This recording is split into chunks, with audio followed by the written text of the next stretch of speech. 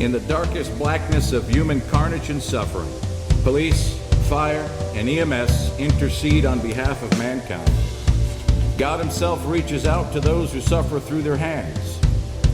Their service is a clear and unmistakable demonstration that God does not abandon people in the storms of life. Well, hello, everyone, and welcome to the Ogle County Peer Support Network, and we're so glad you could join us for this podcast. And here in our studio, we have our special guest, Zac Hare, and I always want to say Zac O'Hare because of O'Hare's Airport, but it's Zac Hare. Unfortunately, no relation. We've also got our sound engineer, G.O. Faith, and retired Byron Fire Chief Mike Lewis, who is just our pretty much everything guy. We go to him for just about anything and everything, and if I get into trouble, he bails me out, and all the hate mail I get goes to him, and he sorts it out. Yeah. So we do have a goal for this podcast, and that is to be a trusted voice and a resource, first for our department, and also for first responders and their families in Ogle County, and then to take it beyond, because there is no limit to what we can do by shining the light. I mean, we want the light of hope to go as far as we can, as far as it'll reach. So just excited to be here. And this, of course, National Police Week. Just a little background before we get started. National Police Week was actually created in 1962. Zac, you don't remember 1962? Far from it. Okay. Then President of the United States, John F. Kennedy, he signed into public law National Police Week, designated May 15th as Peace Officers Memorial Day, and he stated that the week in which the day falls should be National Police Week. Every year, the National Law Enforcement Officers organize a memorial service to honor police officers who lost their lives in the line of duty. Law enforcement has existed for centuries, although its officers have not always been referred to or known as police. For example, I thought Zac would find this interesting. In ancient China, they were called prefects. Really? Prefects, yeah, call the prefect.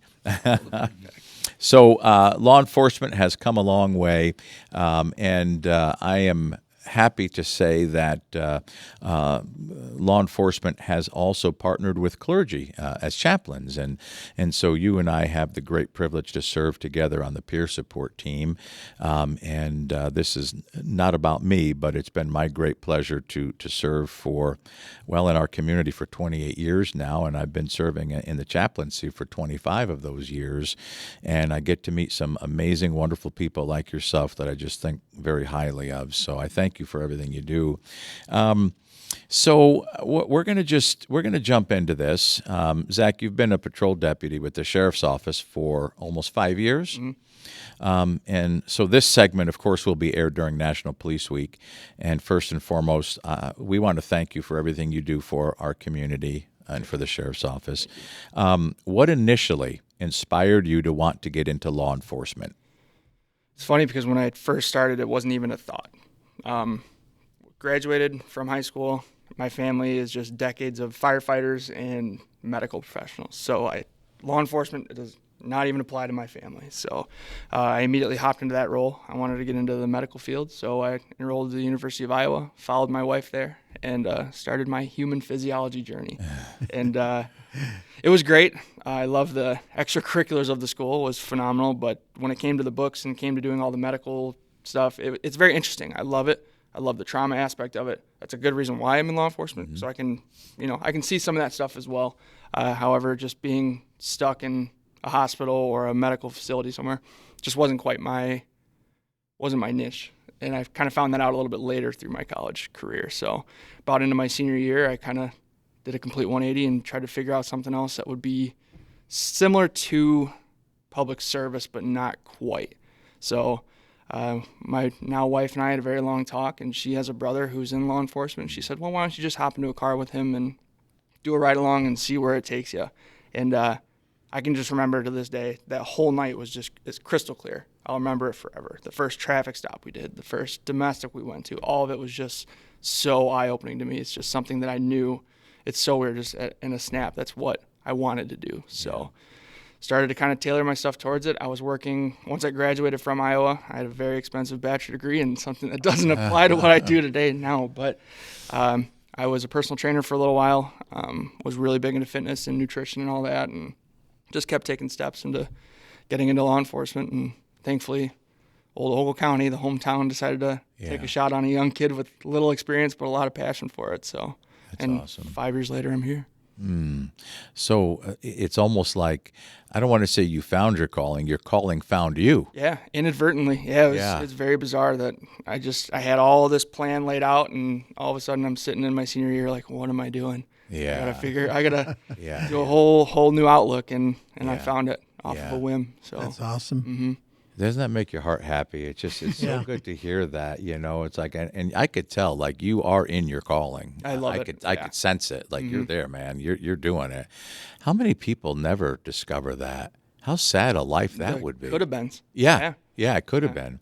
So, I mean, I want to use the word blessed because I see you as being very blessed. Truly. And you got a lovely wife and a beautiful daughter and just a great family. And, not only is law enforcement a calling, but it becomes a lifestyle. Absolutely. It's so different, and, growing up. For the whole family. For the whole family. And, your daughter's growing up in it.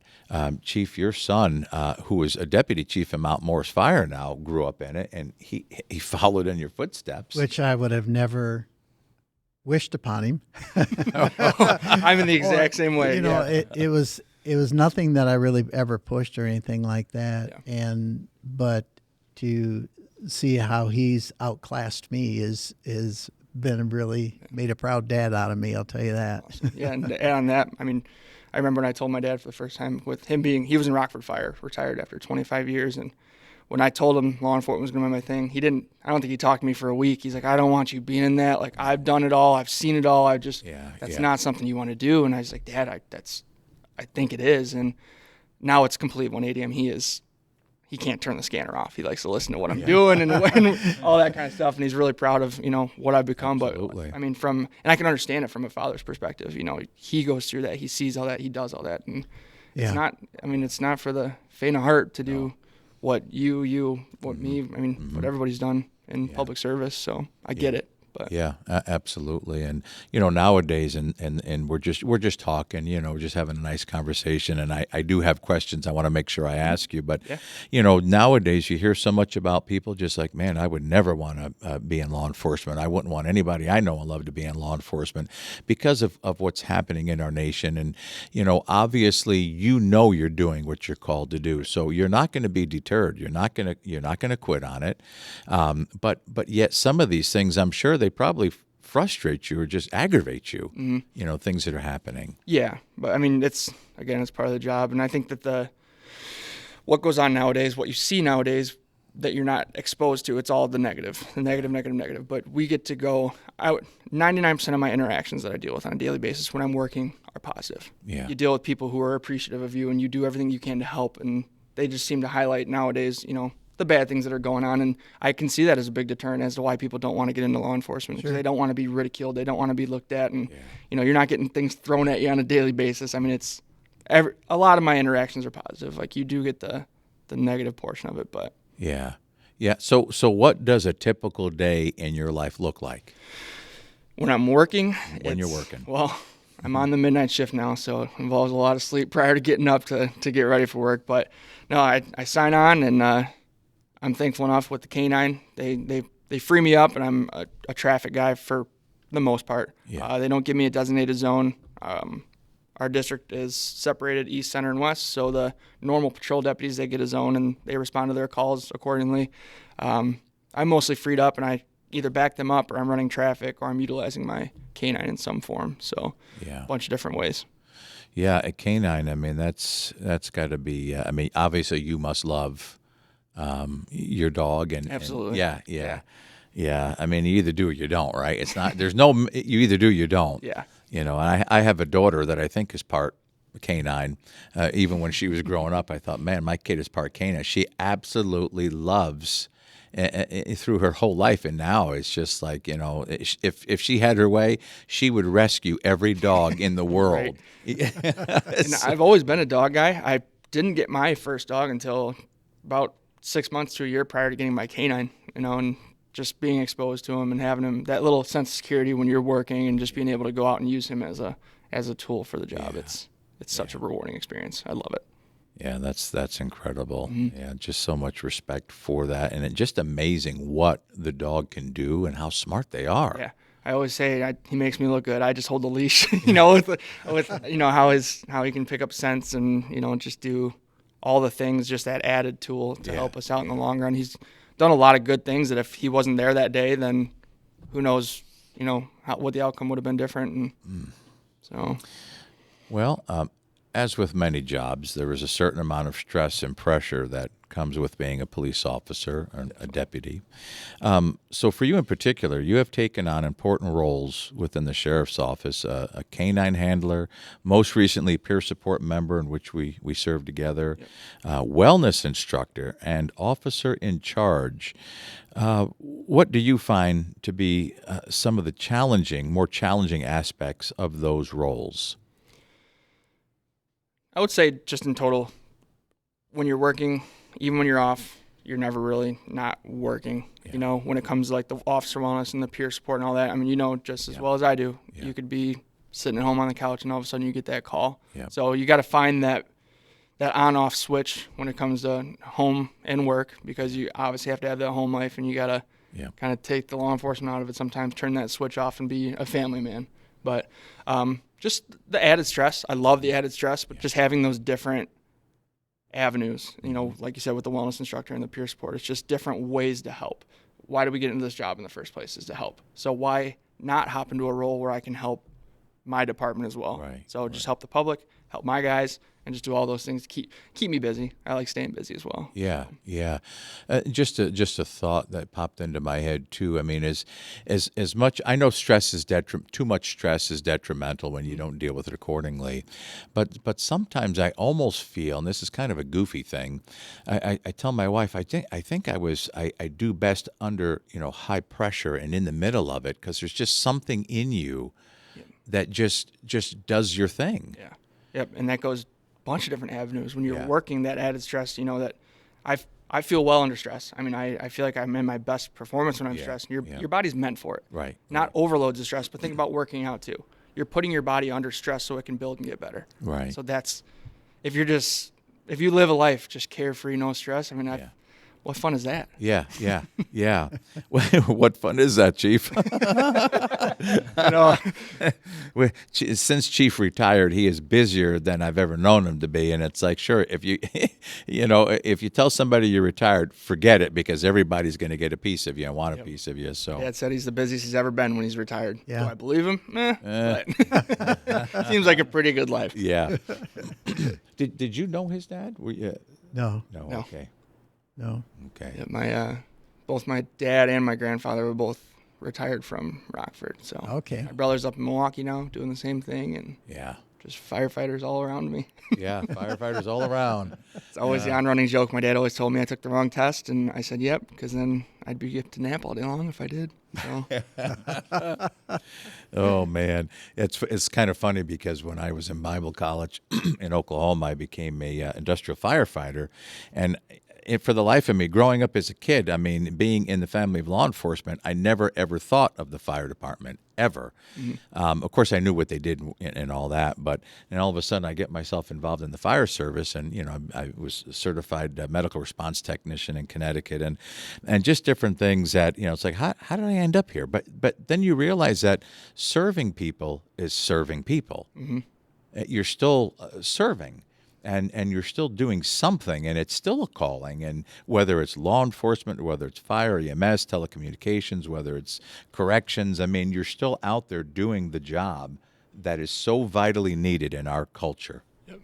And without any one of those puzzle pieces, the puzzle doesn't come together either. Yeah. Yep. And I was just about to say that, and not one piece isn't more important than the other. They all have to be, in conjoined and unison and smoothly sailing together in order for everything to work well. So I do. I mean, we work hand in hand with the fire department all the time.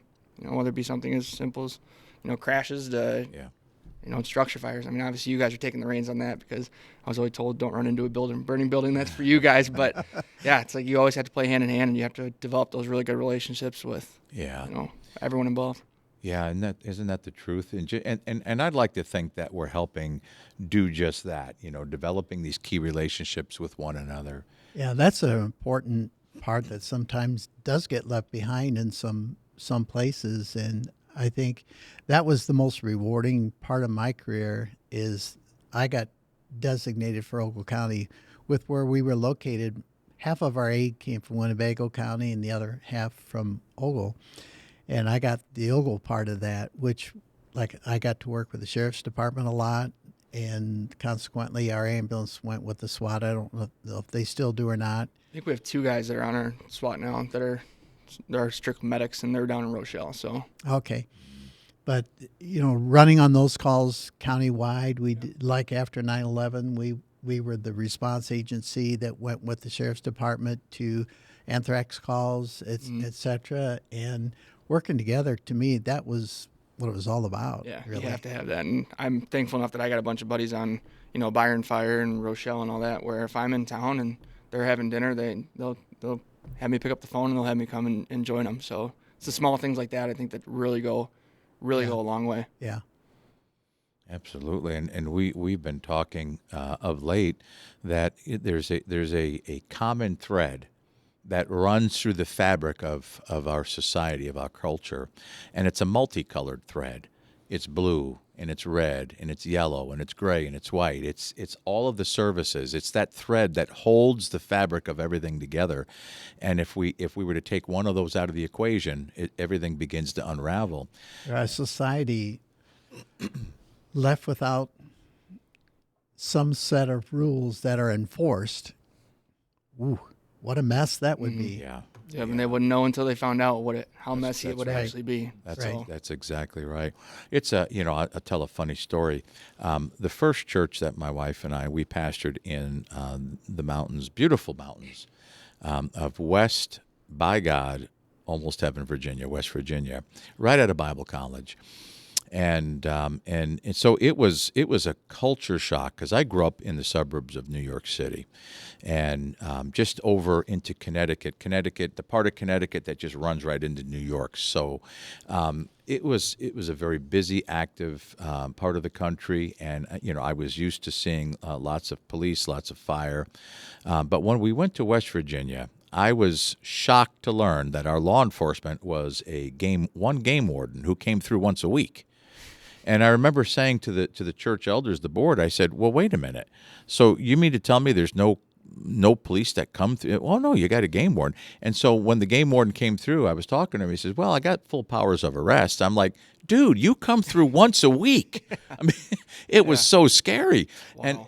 But of course, the idea and the understanding is out there, they took care of their own stuff. Yeah. Everybody's got firearms. Everybody, nobody's messing with nobody's stuff. And I just remember it took a little bit of time for me to get used to one game warden in a black Jeep once a week coming through. So I remember, and you'll appreciate this, I remember after that assignment, which was, needless to say, a very brief assignment because we had no fire protection either. The motto of the volunteer department was, we've never lost a basement yet. So it's like, that's good to know. So it's like, oh boy. I remember before coming to this area, which was 28 years ago, I thought, man, I should probably start praying about the area that I go to because I don't want to end up in another place like that. Right? Yeah. And I remember my prayer went a little something like this. I want to go someplace where, number one, we have good police protection. Number two, good fire protection. Number three, a good school system. I said, number four, I want to be by water somewhere. We got the Rock River. Right. Okay, that's water. I mean, it's a beautiful area. And as a bonus, I said, oh, yeah, wherever I go next, would you have an Italian restaurant in the town for me? That was my prayer. No kidding. That was coming. Yeah. So the guy who just ate a meatball parm sandwich 2 days in a row. So, I mean, it really, to me, I mean, our police protection, our fire protection, it is everything to me. Yeah. I don't want to be somewhere where we don't have this. And I won't be anywhere because I intend to just finish my ministry right here. But I'm very, very grateful for what we have in this community. Absolutely. We really are fortunate to have you. And Chief, our fire service, representing the fire service side, just amazing, just an amazing thing. So any of the challenges, I mean, and as we discussed, just finding the balance with family and so forth, some of those challenges, anyone else who might be feeling those same challenges, do you have positive ways to encourage them to cope with that stress? Yeah, I think the biggest the biggest negative downfall you can have when it comes to dealing with all these stressors is not handling them in some form, letting them coop up and bottle up. You got to find some sort of avenue to deal with these stressors. And talking to people is great. That's why we have peer support. My wife is someone that I can go to, I know, with anything, but finding something, whether it be a hobby, getting outside, taking a 20-minute walk. Whenever the weather's nice, it hasn't been right now with the snow and the rain and the cold, but I try to get out and walk 20 minutes every single day. Just clear my mind. No phone, no music. When my kid's around, I'll push her around in the stroller. That's no problem. But turn off everything and just kind of get in your own head a little bit and just walk and let that cleanse out. I'm working out, it's the same way. Just finding that avenue. But then other hobbies too. Like I'm in hunting, fishing, and anything outdoors. Those really just allow me to close that door on everything that I've dealt with and just completely refresh my head, wipe everything out, and then come back to it. Well, that's great advice. In today's world, when people are so connected with their devices, I mean, people are more connected now than ever, but yet so disconnected. Is it more of a challenge to encourage people to do that? Because people their devices, they're stuck to them. Yeah, you'd be surprised how it's 20 minutes out of a 24-hour day. Put it down and go. And you'd be surprised if you're on that walk, you'd be reaching for it, or you expect. And that's why I say no music or anything like that too. Because if you have music, you got to have your phone. You could be 10 minutes into that walk and you get a call from something that you just dealt with, or get a call from someone that that really just makes that walk not worth it anymore. Or you're gonna have to go back to it at some point. So just put everything down, relax, and just go and enjoy that time with yourself. That's good. Yeah, we talked on a previous podcast, we talked about you being the best place that you can make an investment is yourself. Invest in your health, invest in your peace of mind, and you're worth it. Because if you're not doing good, how could you be of service to anybody else, really? One of the saddest, and I've had this happen several times in dealing with law enforcement, and they've come to me because I am privileged to be able to help people nationwide on occasion. Depends on where the call comes from. And one of the things a common thing that, and this is really of a concern, is when the officer or the deputy says, I feel nothing. I have no emotion, no feeling. I'm like dead inside. Oh my gosh, that's a terrible place to be. Have nothing. And what do you do? What do you do for somebody like that? And I've talked with them, and one in particular had sought additional help, next level care, so to speak. And there was one police officer who had experienced 5 fatalities in one call, and it was tragic and it was terrible, and it really stayed with him. And it took him, of his own admission, it took him over a year to start feeling normal again. And the key is, don't stop. Just keep doing what you have to do to restore that balance, that peace of mind. And for those who are just being haunted by certain things, what do you say to them? What do you do? I mean, it's like, well, whatever helps, you've got to do something rather than nothing. Don't just expect it to work itself out. And that's my advice is that, no, don't just expect it to work itself out. You got to do something. You're the best to help. In my job, I've found that you're the best help to everybody else when you're the best help to yourself first. Whether it's, mental, physical, all that. And I've seen that. Like, I'm not a perfect person by any means when it comes to health and wellness and all that. I've gone into my slumps, and I've eaten terribly, and I've put on weight, and I haven't worked out and all that. And you see that carry over really fast. You're not the best self when you're working if you're not the best self to your own. And when I see that I am performing the best in my job and just life in general is when you're treating your body right, you're treating yourself right, and doing all those things, taking those steps to make yourself the best you can be, that's when it carries over into your job for sure.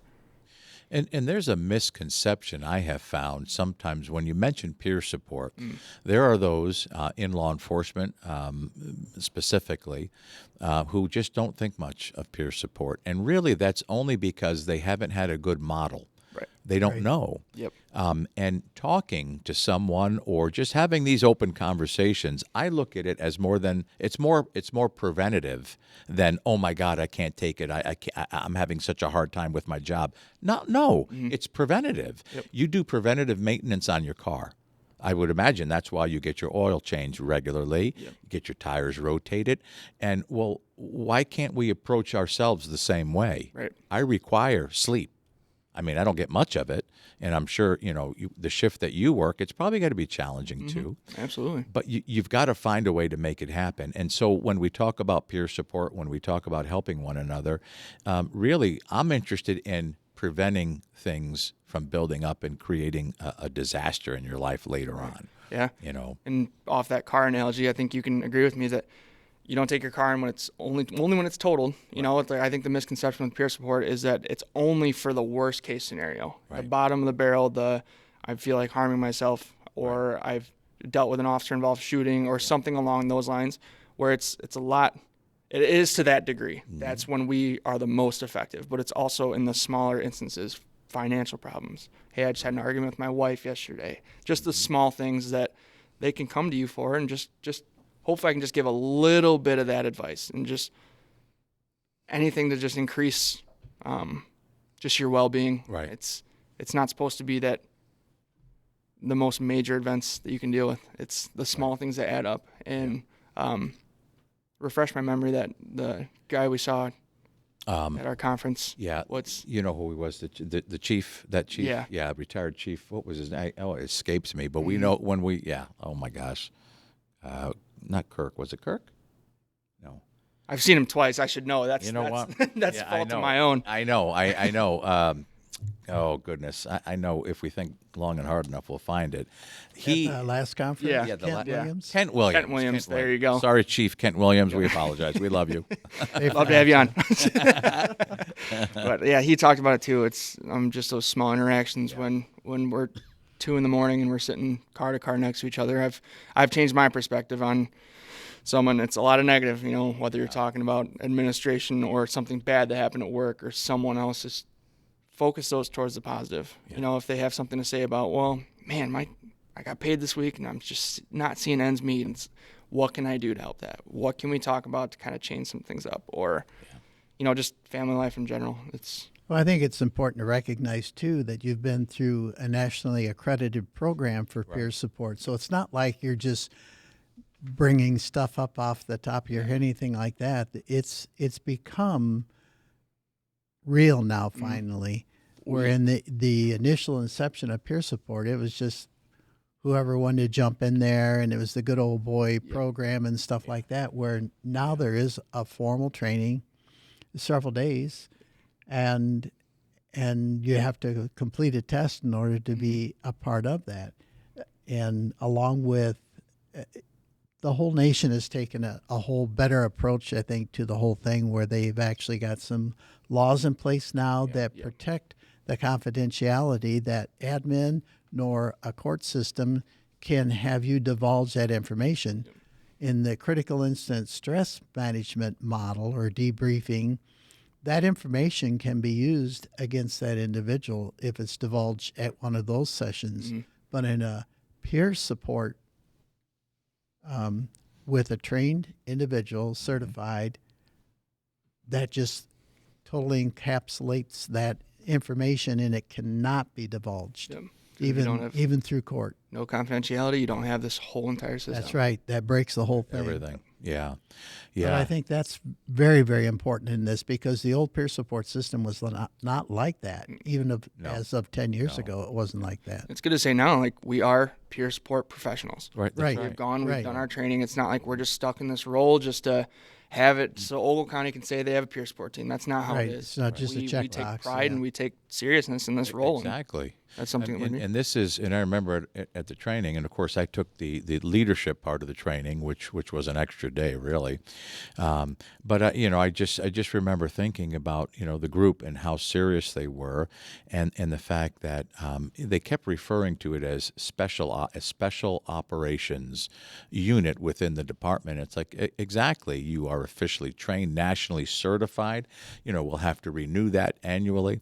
But for those who don't understand, because inevitably someone's going to listen. Oh yeah, we got peer support. Well, you do? Did you guys get trained? Well, no. We just kind of get together and we talk. But they asked me to do it because I'm a good old boy. It's like, well, no, you don't have an official peer support special operations team. You have to be trained. You have to follow the program, the protocol. But it's I feel a responsibility to just help educate people on that and how important it really is, because our department is saying that we care enough about you to make this resource available. Yep. It's just one of the many things at your disposal. It's just amazing the different methods and things that people will come up with, and then they say, "Well, no, we got that." No, because I said, "So where did you guys get your training?" "Oh, we didn't get any training."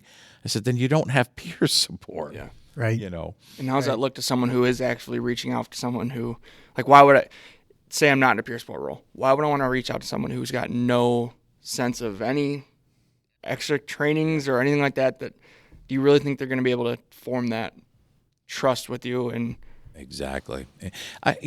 Zach, I think a lot of times too, I say, okay, look, it cheapens or weakens the integrity of what we do when somebody says, "I don't need training." Well, no, you do. I liken it to somebody who says to me, "Oh, I went and got a clergy license online so I can do what did you have to do to get your clergy thing?" "Oh, I sent in $50. I filled out a form, and now I'm an ordained pastor like you." No, you are not an ordained pastor like me. Yep. And I think it's the same thing. I completely agree. Yeah.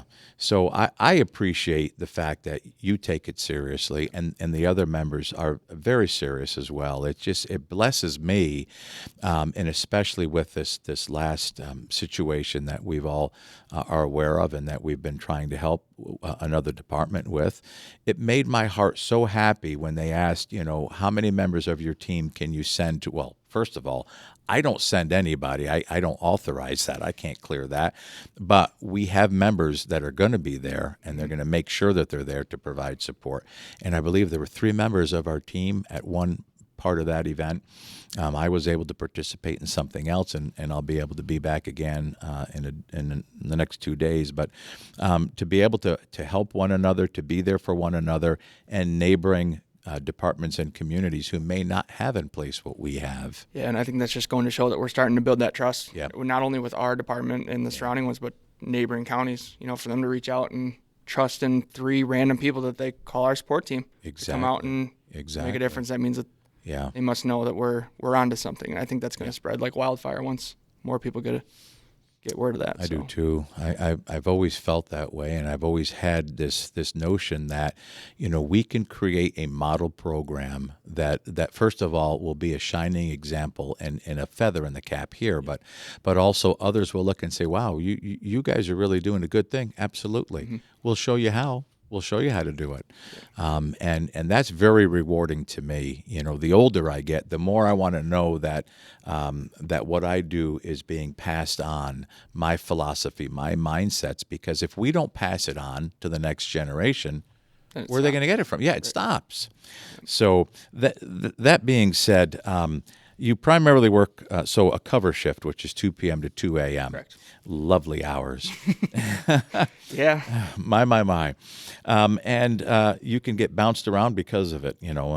Anyone working nights, especially with a young family, tends to struggle with getting enough sleep. Right. As a wellness instructor, you know the importance of sleep on your overall physical and mental health. So, do you have any strategies for people who are having a hard time getting the sleep that they need? Just catch those small windows if you can. My wife and I, we've dealt with the worst of it. I mean, I work 2 to 2. She's night shift, 7P to 7A. So we both have to juggle a 1.5-year-old with both being on the nighttime shift. So it's just that partner relationship that we have that one of us knows, you can tell just by looking at him that you need to go lay down. Yeah. And you need to sacrifice some time, go catch up on a little bit of sleep. And Right. those small increments of time add up really fast. If you say, well, I only have a half hour, that's not going to be quality sleep. Yes, it will be. That stuff's going to add up over time. I mean, the most sleep you can, that's when your body resets. Yeah. That's when all your stress goes away. That's when you can physically and mentally wake up from a nap, feel refreshed, and go on from there. Yeah, it's as much physical or mental as it is physical. Yep. Yeah. And then the second biggest one is social media. Put that phone down, because you'll see, and I'm guilty of it too. When I get home at 2 a.m, I'll lay on my phone, then all of a sudden it'll be 2:45, 3 o'clock, and there goes 45 minutes to an hour. Yeah. That's just gone.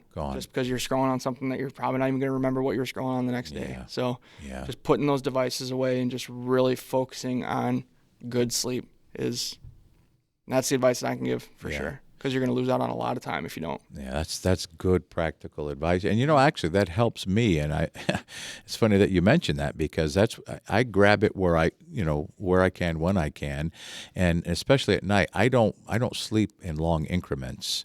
But I've been realizing that at least I'm working consciously on trying to do things differently. And so I'm dreaming again.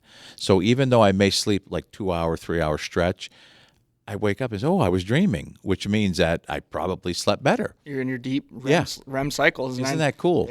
Yeah. I know people who, I don't do it, but I've heard they take their phone and they'll put it across the room. Yeah. So when an alarm goes off, if they physically have to get up to go get their phone, if they want to roll over and look at their phone real quick, you can't do it. So put it in a different place. I mean, social media can wait. Yes, it can. Boy, it's just it's like you feel like you're caught between a rock and a hard place, because we want to reach people, and how do we do it? We have to do it through social media. We have a podcast, we have a Facebook, we have a this, we have a that. I get it. I've always been, it's kind of funny, and I'm just going to ramble a minute, but, I go to a lot of continuing education opportunities, and, because of being a pastor and a chaplain, and I'm always looking to continue my education, just kind of doing, seminars, leadership training, et cetera, so forth. And I am amazed, and this is not a criticism. This is more or less to just kind of jump on this point. I'm amazed that when I go to something as important as leadership development, and I'm taking time out of my schedule, my life, I'm actually traveling a great distance to go to this thing. I'm there to absorb, to learn, and I'm amazed at some of my colleagues who are sitting on social media while they're in this meeting. And I'm like looking at, you're on Facebook, this one's doing this one's doing that. It's like, what in the world? What has happened to us? Yeah. It's just become who we are. Yeah, take advantage of the time that you're in and the opportunities you get instead of just mindless phone stuff. So Yeah. Well, and these are good things. I mean, just basic strategies that we can all learn from. Definitely. This is the time that we're living in, and gone are the days when there's no interruptions because there was no internet. That way, and if you were going to call somebody on the road, you had to go to a payphone and drop a dime. That was the big thing when I was growing up. Hey, if you need something, drop a dime. It's like, otherwise your parents didn't see you till you got back home at night. You're gone all day. Nobody could reach you. Yep. But that was normal. So there are a lot of young men and women within the sheriff's office, and as well as other police departments in Ogle County. You would be someone new deputies would look to in an informal leadership role. What advice would you give to them? Find that off switch between, we talked about earlier. Yeah. You're never not in law enforcement when you're in law enforcement. Even when you're off duty, you're on duty, but you still have to find that medium of, as soon as I turn my car off and I'm going in the house, focus on your life and your family life. Don't stress. One thing that I've done, I've silenced my emails, so I'm not getting those when I'm off work, so I can see them when I'm on. They can wait. There's a bunch of people that are here. Yeah. If they really, really need you, then they'll either come find you or they'll give you a call or something like that. But you got to figure out how to turn that off switch. Yeah. You can't take the stressors that you have at work and bring them home, because you're going to see that. Like Kent Williams said, you don't want to be talking to your kids like you're talking to someone at a domestic. Yeah. Just really being able to shut that off, and you'll see it pay dividends in home life. Yeah. for sure. And I was able to kind of figure that out really fast. I've seen people who haven't been able to figure that out fast, and it does creep over into their home life. And this job is very sensitive when it comes to personality and emotion. Yeah. Emotion's a big one. So just being able to find that balance. Yeah, that's my biggest thing. When you walk to that front door, shut it off and be a father, be a mother, be a brother and a family member, Yeah. and just throw it all away. I don't care to hear about what's going on in the other rotation when I'm not working. And we're in law enforcement. We have all of our law enforcement friends. Yeah. And a lot of times when you're with someone else outside of work, you're with someone in law enforcement, and you catch yourselves talking about it. And I'm thankful enough that the guys that I'm hanging out with outside of work, we know if we start talking about something, we're like, hey, we're not working. We're on a golf course. Yep. We're not working. We're out to lunch. Let's focus on how's your family doing. Let's focus on life, and because the job can always wait. Yeah. So. Yeah, that's Chief. I know you must be thinking something. I mean, you're you're retired from the fire service, but you're not retired. You're refired, and now you have a pastor who harasses you all the time and needs you to check your your text messages but yeah, I mean, find a way to shut it off and disengage, and when you're there, be all there. Exactly. And I'm just as guilty of not being all there because it is hard. Yeah. You do carry things with you back For home. sure. Yeah, I can remember. For me, it was we had a department-issued cell phone and a pager, and unlike some of the larger fire departments, we were expected to respond on what we call general alarms. If there was a car accident, that meant y'all come. Mm-hmm. If there was, I know that's old school, accident, car crash, mutual aid calls, and for me, I was in charge of IT as well as several other things, and it was not unusual if as soon as the ambulance got to the hospital that they would be calling, and I'll never forget the time that my wife thought that she'd had enough of that,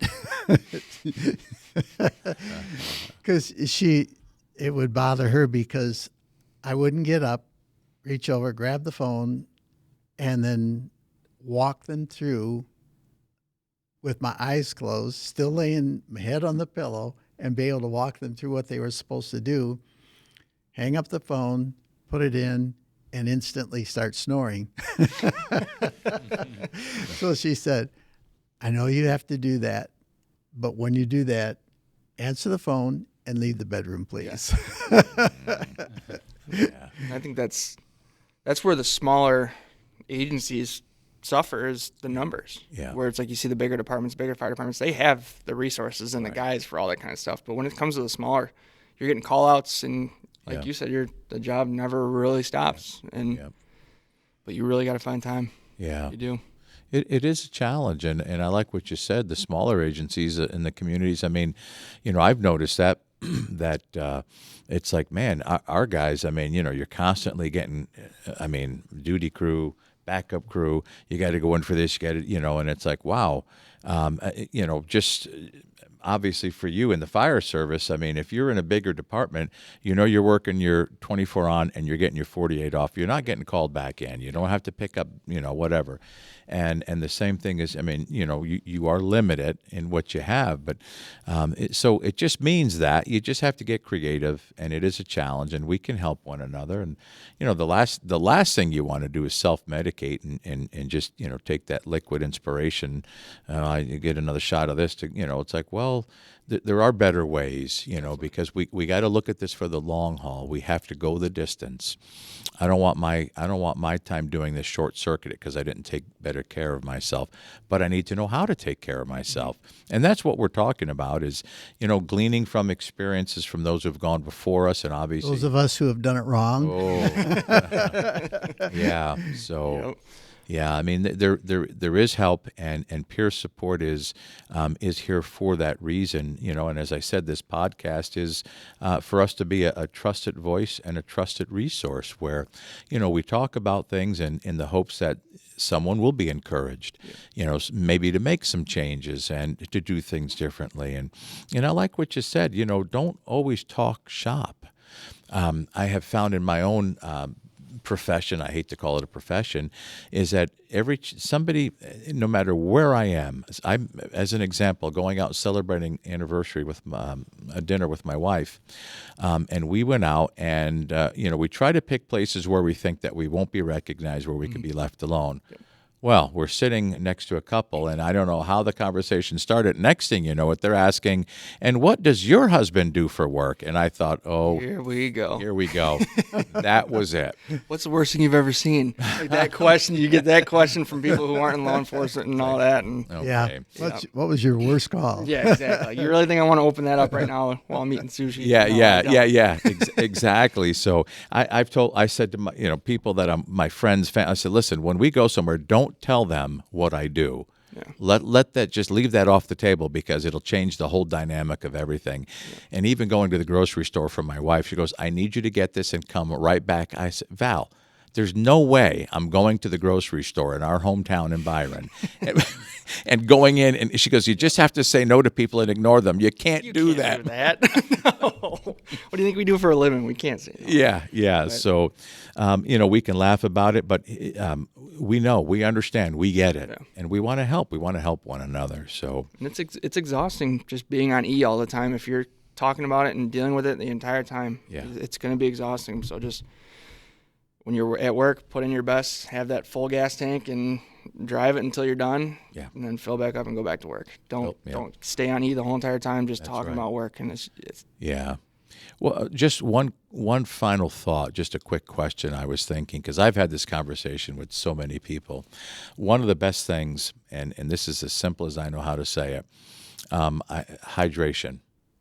How important is it to stay hydrated with the right type of beverage? Yeah, not the wrong type of beverage, that's for sure. A gallon a day, at least for me. Wow. You have to drink water. Yeah. It's just, your body is 90% of it. Yeah. I mean, how else are you going to feel it besides drinking water? And that coupled with a good food diet as well, just sets you up for so much positive. Yeah. You'll feel better. You'll look better, which will make you feel better about yourself. Right. All that starts at the base level. And I agree, water consumption is that's a huge one. And that's good. A lot of people bypass it. That's one of the biggest things we learn in all of the officer wellness classes I've been to, or all my personal training and my, nutrition background. It's got to start at the ground level. Yeah. You can't just hop into a fad diet right away and expect to start low. Right. Get your water in for the day. Yeah. And then we'll go from there. So. Oh, that's great. That's some good advice, Zac. I really want to thank you and appreciate you taking time and coming here, and looking forward to some good things with this. And we're here to help. Yeah. We want to help. Well, I think the other thing with that to really stress is this isn't just for the officers. This is for their families too. Yes. And we hope that some of the families get a chance to listen to this too, to know that this is very important, that the chaplain is available for the family too. And if there's something wrong with you, your family will probably see that even before you do. Absolutely.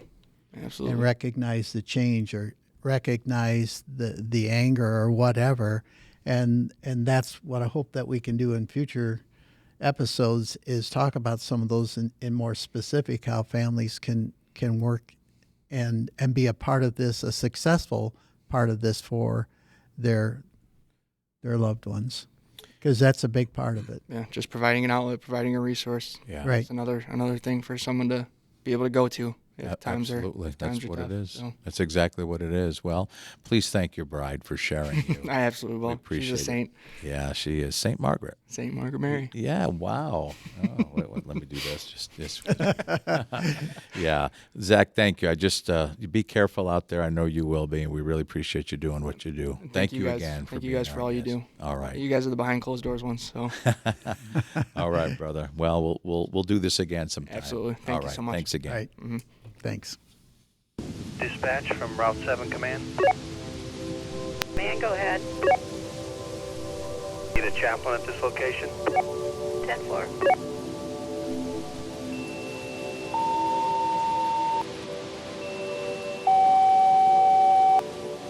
Attention 3392. 3392, you're needed at the 8000 block of Route 7, multiple vehicle accident. Please acknowledge. 3392 is en route, 8000 block, Route 7. 10-4. In the darkest blackness of human carnage and suffering, police, fire, and EMS intercede on behalf of mankind. God himself reaches out to those who suffer through their hands. Their service is a clear and unmistakable demonstration that God does not abandon people in the storms of life.